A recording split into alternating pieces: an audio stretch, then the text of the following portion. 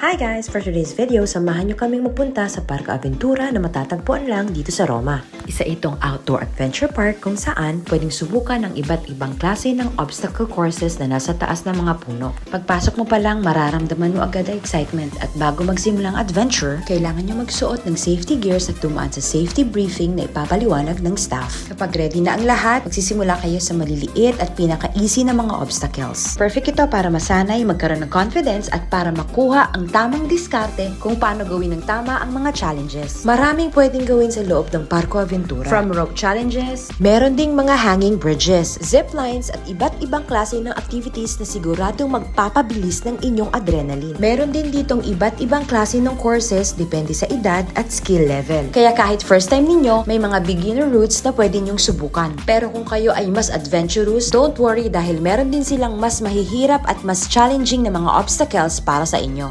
At eto na nga si Rafa, na obviously nag-e-enjoy dahil habang tumatagal, mas lalong nagiging challenging ang bawat obstacles na kailangan niyang gawin. At mas matataas at mas mahahaba ang mga slacklining na kailangan niyang tapusin. And finally, ang kanyang pinakapaborito ang ziplining. Para sa kanya, ito ang pinaka-highlight sa Parque Aventura. Akala ko nga nung una matatakot siya at hindi natutuloy. Parang mas ako pa nga ang kinabahan kesa sa kanya. Kita nyo naman at talagang super enjoy siya. Meron din pala ditong wall climbing, archery at laser tag. Maliban sa simpleng family day activities, meron din silang mga packages for birthdays, school trips, summer camps at team building.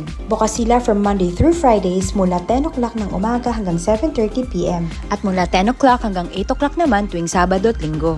Kaya kung kayo ay nasa Roma at naghahanap ng family activity na puno ng saya, challenge at quality time, sulit na sulit itong subukan. Kaya ano pang iniintay nyo? Punta na sa Parque Aventura. Yun lang, grazie! Hanggang sa susunod, ciao a tutti!